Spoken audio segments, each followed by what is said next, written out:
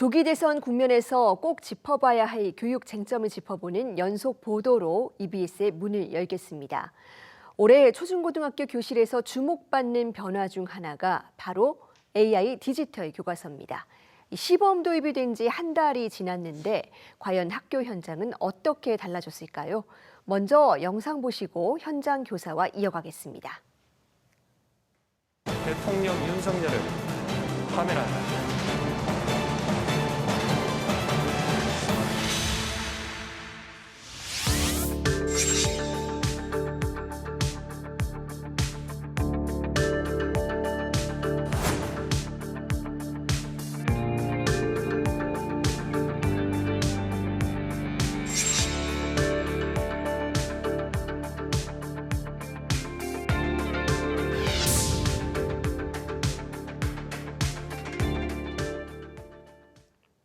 네, 조기 대선 교육의 미래를 묻는다. 오늘은 AI 교과서 도입에 대한 반응과 앞으로의 전망을 짚어봅니다. 김차명 경기 광명서 초등학교 선생님과 함께합니다. 선생님 어서 오세요. 안녕하세요. 네, AI 디지털 교과서가 도입된 지도 지금 한 달이 넘게 지났습니다. 현장에서는 변화를 어떻게 체감하고 계십니까? 아마 많이 못 느끼실 거라고 생각이 들어요. 왜냐하면 기본적으로 채택률 자체가 전국 초중고 33% 정도밖에 안 나왔고요. 그 다음번에 저희 학교도 이제 3, 4학년 8개 반인데 저희 반만 지금 쓰고 있거든요. 이게 초기에 3월 달에 근데 저는 예상했던 거가 3월 달에 이제 굉장히 바쁘잖아요, 선생님들. 그런데 이제 동의서 받아야 되고, 그다음에 동의서도 받아야 될 게 막 여러 건이에요. 그러니까 교과서마다 받아야 되고, 그다음번에 동의서 받을 때 학생 이메일, 지금은 없어지긴 했는데, 그때는 또 이메일도 학생이 만들어야 되는데, 초등학교 3, 4학년이 이메일이 없잖아요. 네. 그러면 또 이메일 만드시라고 해야 되고, 또 그다음번에 이제 갖고 왔어도 이제 동의 안 된 친구들은 또 연락해야 되고, 그러니까 AI 디지털 교과서 특징 자체가 예를 들어 동의한 애들만 할 수는 없거든요. 나머지들은 서책형 주고서 너희들은 서책형에 너희들은 디지털로 해 이렇게 할 수가 없어요. 그렇기 때문에 끝까지 받아야 돼가지고 그 과정이 굉장히 좀 바빴고 저 같은 경우에도 거의 한 일주일 넘게 가입시키는데 오래 걸렸던 것 같아요. 아마 개인정보 등의 현행법상 어쩔 수 없는 부분이 있었을 것도 같은데 근데 이거를 학교 현장 3월 그 바쁜 와중에 과연 이거를 몰랐나 저는 물어보고 싶습니다. 네, 실제 활용률은 뭐 떨어질 수밖에 없는 환경이었던 것 같은데요. 사실 이 디지털 교과서가 처음에 도입될 때 여러 가지 우려가 있지 않았습니까? 뭐 인프라 문제부터 개인정보 그리고 디지털 중독 우려가 크다라는 지적도 있었는데 현장에서는 어떻게 보고 계시는지요? 그 가끔씩 이제 얘기하다 보면 아이들한테 AI 디지털 교과서를 준다고 하면 아이들 과몰입되는 거 아니야 이렇게 하는데 솔직히 이제 우리 사교육 기관에서 했던 AI 코스웨어 같은 거 써보신 학부모님들은 아실 거예요. 아이들 갖다 주면 다 그래요. 아, 또 해요? 막 이래요. 그러니까 그것처럼 보통은 아이들이 뭐 자극적인 쇼츠나 게임 이런 걸로 그런 콘텐츠 때문에 과몰입이 일어나는 거지 이제 기기 자체로 일어나지 않는다. 그거는 제가 말씀드리고 싶고요. 그 인프라 문제가 마찬가지예요. 지금 태블릿 PC가 아마 제가 알기로는 90% 이상 보급된 걸로 아는데 근데 군대 다녀오신 분들은 알 것 같아요. 뭐 M16도 칼빈도 뭐 K2도 다 소총 한정이거든요. 제가 쓰고 있는 것도 실제로 보면 코로나19 때 보급된 거고 저희 반 아이들 절반 가까이가 아마 코로나19 그쯤에 보급된 기기로 제가 알고 있어요.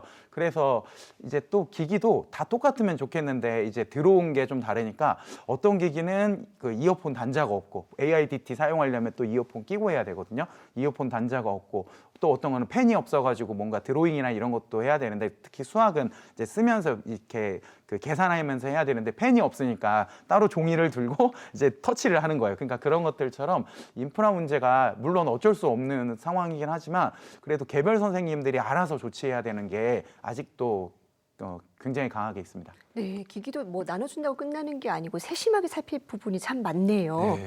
네, 이 AI 디지털 교과서의 어떤 성공적인 안착을 위해서 무엇보다 이 선생님들을 지원하는 게 중요하다라는 지적이 많았습니다. 정부도 여러 차례 전폭적으로 지원한다고 했는데 어떻습니까? 실제 지원 충분한가요? 가장 큰 지원은 연수였어요. 네. 정말 2024년은 제 교직 인생의 아마 연수의 해로 기억될 것 같아요. 네, 정말 교실혁명 선도교사 연수, 그다음에 뭐 찾아가는 학교 컨설팅에서 예산도 엄청나게 많이 해가지고 했는데 실제로 이게 효과가 있었는지 얘기해 보면 잘은 모르겠어요. 왜 그러냐면 작년에 했던 연수들은 대부분 AI 디지털 교과서 프로토타입이거든요. 프로토타입으로 이제 지금 제가 쓰고 있는 AI 디지털 교과서랑 비교해 보면 정말 많이 달라요. 그냥 프로그램이다 이것만 갖고 다 다르고, 근데 실제로 선생님들이 어려움을 겪는 거는 그때 수업 설계나 이런 것보다는 지금 뭐 가입, 동의서 아니면 기본적인 것 그런 것들에 지금 굉장히 장애를 겪고 계시는 거잖아요. 그런 걸로 따졌을 때 작년에 그 어마어마한 연수가 얼마나 효과가 있었나라고 하면 저는 좀 비교적 회의적이고요. 지금도 이제 예산 편성된 걸 보면 제가 뭐 모든 예산을 아는 건 아니겠지만 정말 편중되어 있어요. 예, 디지털 예산에 좀 가면 연수도 막 호텔에서 하고 막 이렇게 뭐 선물도 좋은 거 주고 이렇게 되는데 다른 오히려 예산들 그런 예산들은 굉장히 많이 줄어든 느낌이거든요. 없어진 것도 많고요. 네, 그렇군요. 자, 지금 조기 대선이 다가오면서 아마도 이 교육 분야에서는 이 AI 디지털 교과서가 굉장히 핵심적인 의제가 될 가능성이 있습니다. 왜냐하면 지난 정부에서 굉장히 핵심적인 공약이었기 때문에요. 그런데 저희 선생님께서 보시기에는 이 정책이 어떤 방향으로 가야 이 현장 변화를 뒷받침할 수가 있을까요? 언제나 제가 디지털 교육을 굉장히 오래 했는데요. 네. 항상 제일 중요했던 건 선생님들 자발성이에요. 예를 들어서 코로나19 때 우리 줌은 그냥 커뮤니케이션 도구잖아요.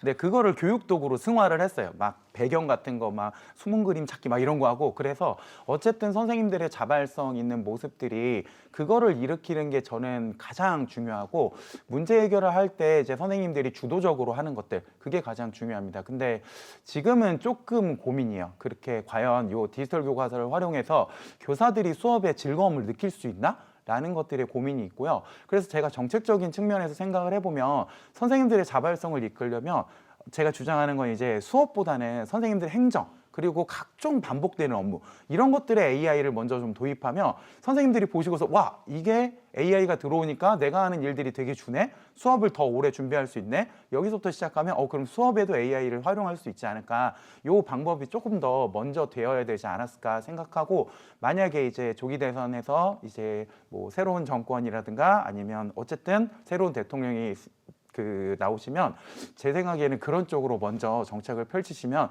조금은 지금보다는 오래 걸리더라도 자연스럽게 다 받아들이지 않을까 생각합니다. 네, 선생님들의 자발성을 이끌어내는 게 중요하다고 지적을 해주셨습니다. 지금 이 AI 디지털 교과서의 지위도 사실 확실하지는 않아요. 이 교과서가 아니라 교육 자료를 낮추는 내용의 법안이 지금 대통령 권한대행의 거부권 행사로 국회로 다시 넘어와 있습니다. 이 문제는 앞으로 어떻게 전망하시는지요? 제 생각에는 이제 교과서냐 교육 자료냐 이 논쟁은 이제 크게 의미가 없어진 것 같아요. 솔직히 말해서 이제는 제가 일개 교사인 제가 말하기는 조금 어렵지만 지금 뭐 여론조사라든가 그런 것들을 봤을 때는 존폐 위기까지 오지 않을까라는 생각이 듭니다. 특히 이제 개발 자체가 사회나 과학은 2028년도 이렇게 2027년도 이때 나온다고 하고 국어는 개발을 포기했거든요. 그러면 지금 나와 있는 수학, 영어, 정보 정도 그 정도만 이제 사용이 될 텐데 이것들이 얼마나 효과가 있냐, 그리고 이것들이 얼마나 이제 교육에 실질적으로 도움이 되냐, 그냥 아이들이 막 눌러보고 재밌어요 이거가 아니라 이게 진짜로 아이들의 개별화, 그다음 맞춤형 학습, 기초학력 이런 것들을 증진시킬 수 있는 그런 결과가 구체적으로 실증이 돼야지 이게 이어지지, 그렇지 않고서는 참 어렵지 않을까 개인적으로 조심스럽게 생각해 봅니다. 네, 이게 참 굉장히 오랜 기간 많은 예산 들여서 공들여 준비해온 정책인데 지금 와서 존폐 위기가 거론될 정도니까 참 아쉬운 부분이기는 합니다. 자, 마지막으로 이 현장 교사로서 또 오랜 기간 학생들을 가르쳐 오신 전문가로서 앞으로 이 대선 국면에서 꼭 논의됐으면 좋겠다 하는 교육 어떤 의제가 있으실까요?